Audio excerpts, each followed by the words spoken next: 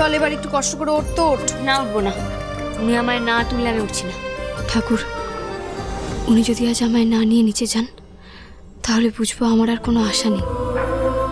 কিন্তু যদি ফিরে আসেন আমার জন্য, বুঝবো চাষার আশা আছে। ফিরে তাকান, তাকান।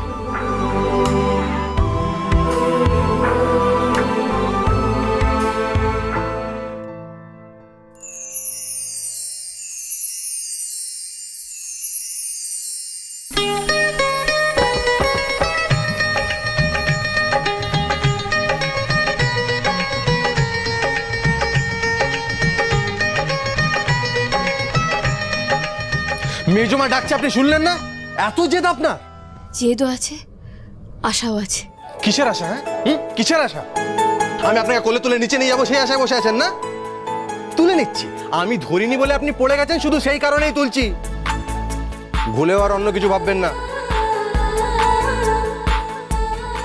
আর হ্যাঁ, আরেকটা কথা, আর এরপর যদি কোনোদিন আপনার পাও ভেঙে যায় তাও কোলে তুলবো না।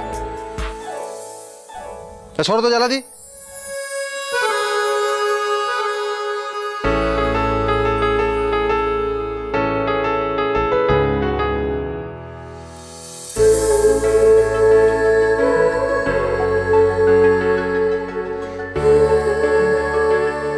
ও হ্যাঁ, আরেকটা কথা আছে। সেই কথাটা বলবেন না তো? বিয়ে ভাঙার কথাটা? আপনার পকেট চাই তাই না? হ্যাঁ, নিন পকেট নিন, চলুন এবার। জ্বালা দিদি, বলতে দিইনি, বলতে দেবো না।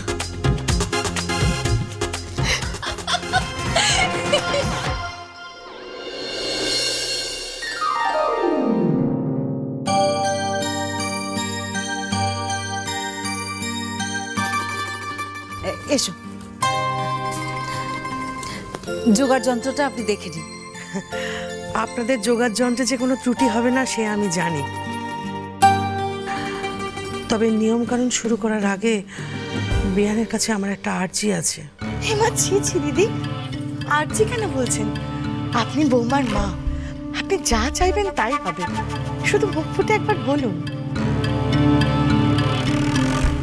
কি গো, বৌদি রাজি হবে? সন্ধ্যার মা রাজি করিয়েই ছাড়বে। দেখলি না তখন কেমন মুখটা ফ্যাকাশে হয়ে গেল। কি হলো, আপনি চুপ করে গেলেন কেন? বলুন না। কিছু মনে করবেন না দিদি, সব নিয়ম হয়ে গেলে আমি সন্ধ্যাকে সঙ্গে করে আমার বাড়ি নিয়ে যেতে চাই।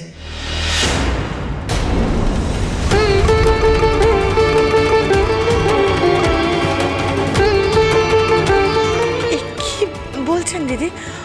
বৌমার পা মুচকেছে বলে অষ্টমঙ্গলা আপনাদের বাড়ির বদলে এই বাড়িতে হচ্ছে, আর সেখানে সেখানে আপনি বৌমাকে নিয়ে যাবেন? নিয়ে যেতে দিতেই হবে মাঠান, আপনি কিন্তু না করতে পারবেন না। কিছুক্ষণ আগেই আপনি বললেন না আমি যা বলবো তাই হবে। না না, সে তো হবেই, কিন্তু হঠাৎ হলোটা কি সেটা তো বলুন।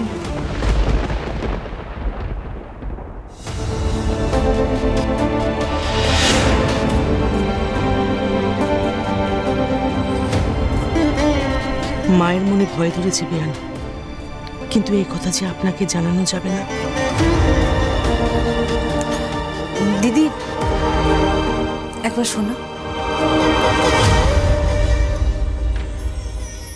আটকেও না দিদি, ওকে যেতে দাও। যেতে তো ওকে হবেই, আজ নয়তো কাল, সেও চিরকালের জন্য। আজ নিজের বুকে পাথর রেখে তুমি ওকে যাওয়ার অনুমতি দিয়ে দাও।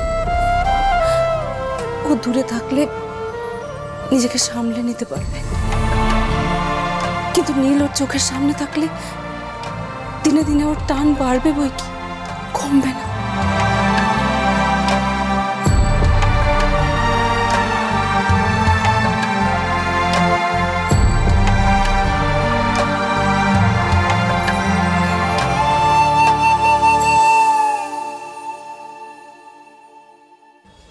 বেশ,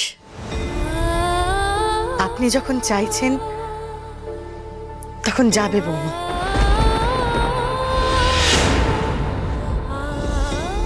কোথায় যাব মা?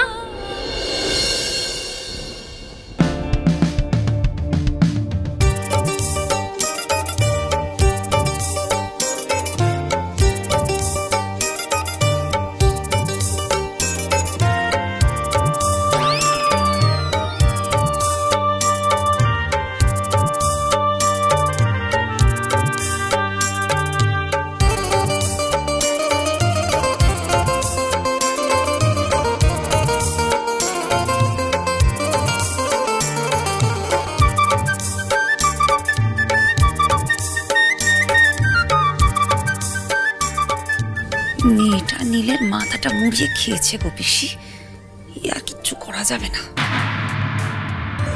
কি গো দিদি, তোমার কি এখনো মনে হচ্ছে নীলের বিয়েটা ভেঙে দেবে? নীল মুখে যাই বলুক না কেন, আমার মন কিন্তু বলছে সন্ধ্যা ওকে ঠিক মানিয়ে নেবে।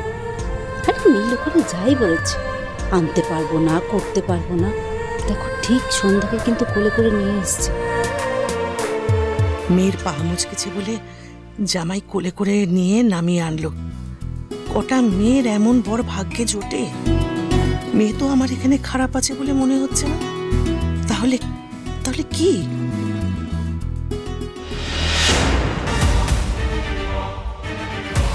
ওরে শৈল, সন্ধ্যার মা কেমন ডেবডেবিয়ে চেয়ে আছে দেখ আমার দিকে। এইমাত্র ওর কানে বিষ ঢাললাম, এখন যদি উল্টোটা প্রমাণ হয়ে যায় তাহলে তো মুশকিল। কি হলো মা, বললেন না তো কোথায় যাব?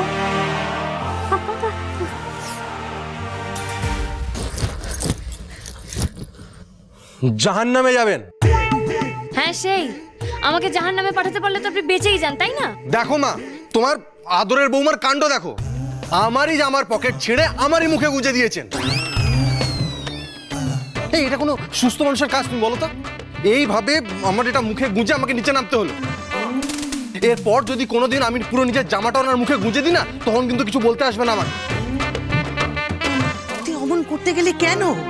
কেন করতে গেলি বল? তুই জামার পকেট ছিঁড়বি বা কেন?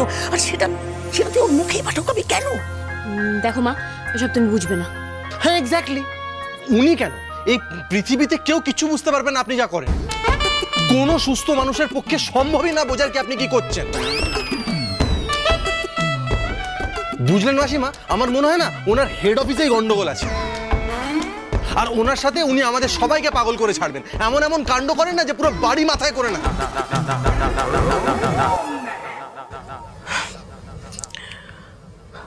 আর তোমাদের বাড়ি মাথায় করবে না বাবা। আজ অষ্টমঙ্গলার সমস্ত নিয়ম কানুনের পরে আমি সন্ধ্যাকে সাথে করে নিয়ে এখান থেকে চলে যাব।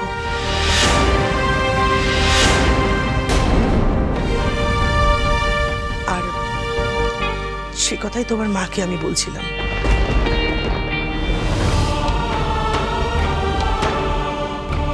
সন্ধ্যাকে বাড়ি নিয়ে যাবে, এ কথা তো আগে বলেনি। হঠাৎ আবার মার কি হলো? রিয়েলি রিয়েলি আপনি ওনাকে নিয়ে যাবেন? আমি ভাবতেই পারছি না আমার এত সৌভাগ্য। আর হ্যাঁ, থ্যাংক ইউ ওনাকে নিয়ে যাওয়ার জন্য। ওনাকে বাড়িতে নিয়ে গিয়ে না খাঁচায় পুরে রেখে দেবেন, খাঁচা থেকে বেরোতে দেবেন না। উনি যদি খাঁচা থেকে বেরিয়ে যান তাহলে কিন্তু পৃথিবীর বিপদ। হে ডাবলু,